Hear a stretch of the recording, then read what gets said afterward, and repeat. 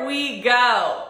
If you guys struggle with going on a diet, initially losing weight, and then all of a sudden hitting a fat loss plateau fast, and you don't know where to go from there, today I'm going to be talking to you about carb cycling and diet breaks and how I implement these weeks of just a bunch of more calories, more food, less cardio, and end up getting my clients to lose weight.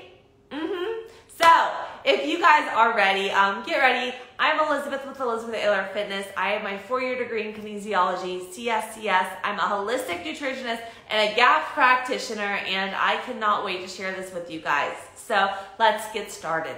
So when you go on a diet, what you initially do is you will start off with probably a caloric restriction. So you take your calories down, and then you start doing some cardio. If you go to a coach or the wrong coach, or you do it the wrong way, what happens is you'll just go from wherever you're at to a very low calorie diet fast. Maybe you think 1,200 calories and you just go boom.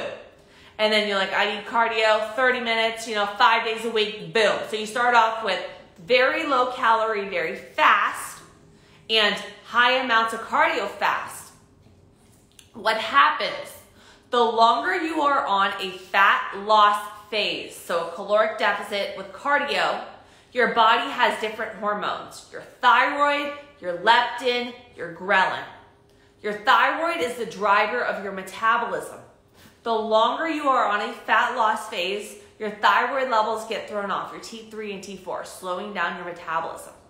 Your leptin and ghrelin levels, which are your hunger and satiety cues, switch up. So what you're going to notice is that you're going to be hungrier faster, and you aren't going to feel as satisfied after your meal. So when you're on a diet, you're just going to be hungry, not feeling satisfied, and then thyroid goes down the longer that you are on a fat loss plateau. Also, other drivers that are going to cause you to hit that fat loss plateau, and I'm going to talk about everything, guys, so just hold up.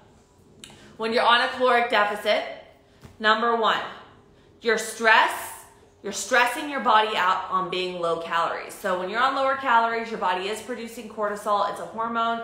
Fight or flight responses causes you to retain water, store fat, throw off your hormone, low energy, all of that. So cortisol is going to be produced when you are doing a ton of cardio, when you are not eating a lot of food, when you have work stress going on, life stress, you're trying to do your diet, you're trying to hit your macros, you're trying to run everywhere, and you're just stressed out in life.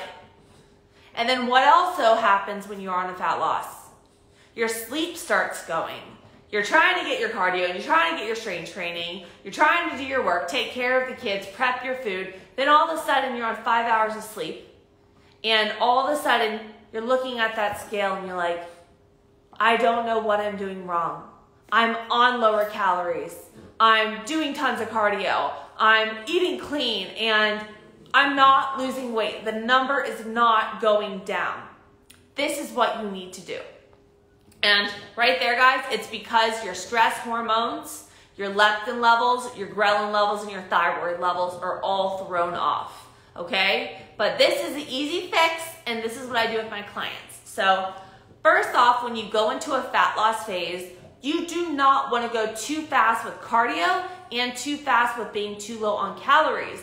I like to find my clients' maintenance calories and start off on a small deficit of around maybe 300 calories a day with a small amount of cardio, either having them starting to track their steps and hit a daily step goal, or maybe just like 20 minutes 3 times a week, and have them track that for a few weeks and watch the number on the scale and see if you're starting to see progress. If you're not seeing the scale go down, then you can add in a little bit more cardio and take your calories a little bit further down.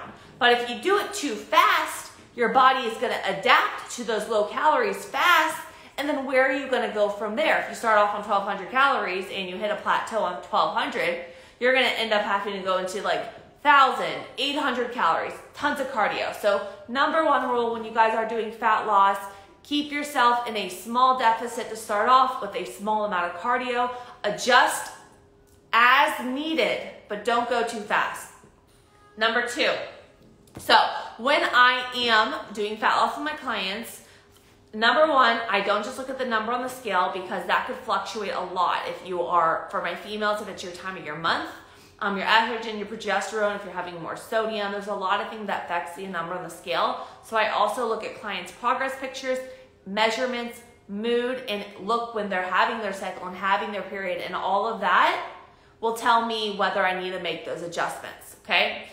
Because it may not be you hit a fat loss plateau, you may just have changed something up, completely thrown off your digestion, and you're bloated, you're retaining water, then you hit your period, and that's why you don't see the change. But when you are on a deficit for, I would say, around 6 to 8 weeks, and I would say for a good 4 weeks, 5 weeks, you are not seeing that number on the scale go down. If anything, it's maintenance or it's starting to go up. This may be a sign, and you're starting to have low energy in the gym, you feel bloated, your digestion system feels like it's starting to get thrown off. These are all cues that it is time to do something called a refeed or a diet break. And this is what I do with my clients. So a refeed is just 1 to 2 days of higher calories. I give my clients a baseline of what I want them to have. Typically, I end up bringing the fat down a little bit and increasing carbohydrates, since carbohydrates they help lower cortisol. They're going to replenish their glycogen stores so that their muscles feel fuller, they have more energy to train in the gym, and it helps balance everything out. So a refeed would be 1 to 2 days of going up in their calories, specifically increasing their carbohydrates. A diet break would be 1 to 2 weeks of this. And typically on a diet break, I will actually bring the cardio down, maybe even bring their cardio down 50% or more.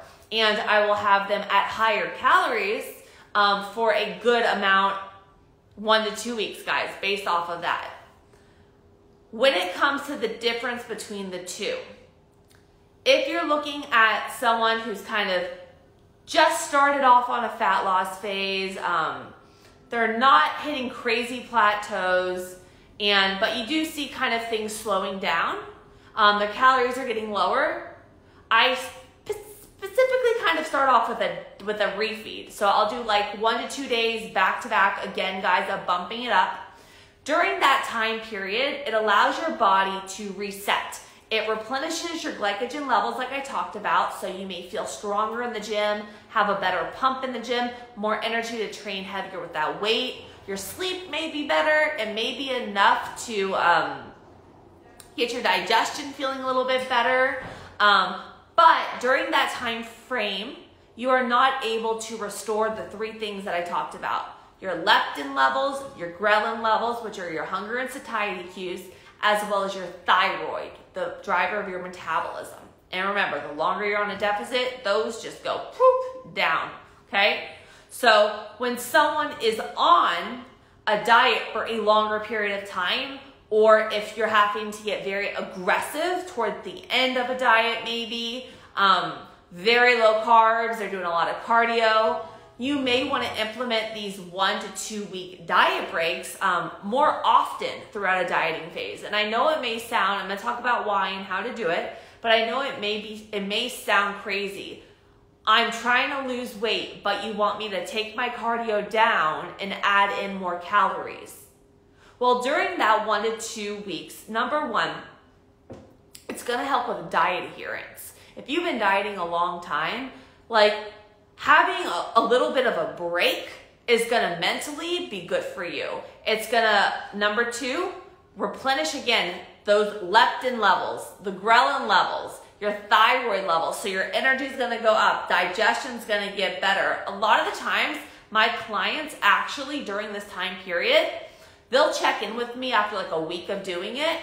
They may have hit a new fat loss plateau, a new low weigh-in. So they sometimes, increasing the food, bringing down the cardio, lowers their cortisol levels. So their body doesn't retain the water that it was. They're able to get more sleep, get, again, the cortisol levels, recover better, get the inflammation flushed out of their body, restore those leptin and ghrelin levels, and they come in 1 week later, 2 weeks later on these diet breaks, and they're like, holy shit, I weigh less. I hit my all-time low weigh-in after being at a plateau for like 4 or 5 weeks. We increase things and things go down. It really depends on the person at how often you would need to implement refeeds or 1 to 2 week diet breaks and the length of period that you would need to do that.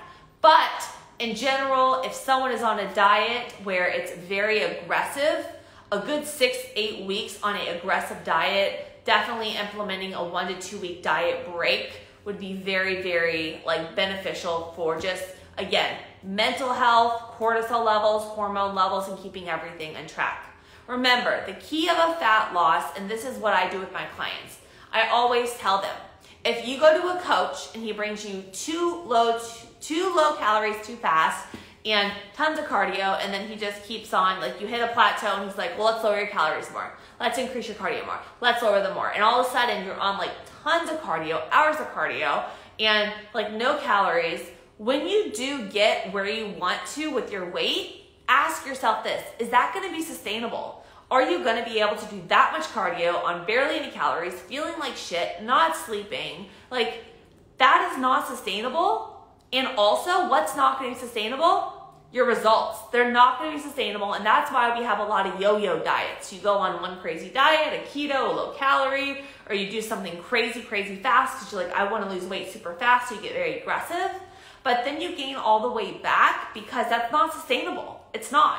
So with my clients, everything that I do is I take a slow approach. I look at so many different things, again, like their hormones, sleep, stress, when they're having their period, things that are going on in their day-to-day life, their digestion, how long we've been on a deficit. I only take my clients into a deficit if we built up their metabolism, lean muscle mass for a good period of time prior. And then, since we do weekly check-ins and adjustments, I look at different drivers, and that's how I structure, hey, we need to do carb cycling with 1 to 2 days a week of those higher calories, or you know what, we've been on it a while, we should go into maybe a 1 to 2 week diet break. And sometimes I even take 2 months off with my clients and take them to a full-blown break. And I see so much results from doing that, guys. And I will just say one thing, yes, doing refeeds, diet breaks, they are periods of time where your calories are higher and you think it's counteractive. It may take you longer to reach your goal in terms of fat loss because you are having higher weeks, but long term, you're gonna keep off the weight longer. It's gonna be more sustainable. You're not gonna develop negative eating patterns, and you're not gonna have to get crazy, crazy aggressive, okay? So again, guys, I just wanted to go over a few little tips for you guys today when going into fat loss. Again, don't go too low too fast with too much cardio too fast.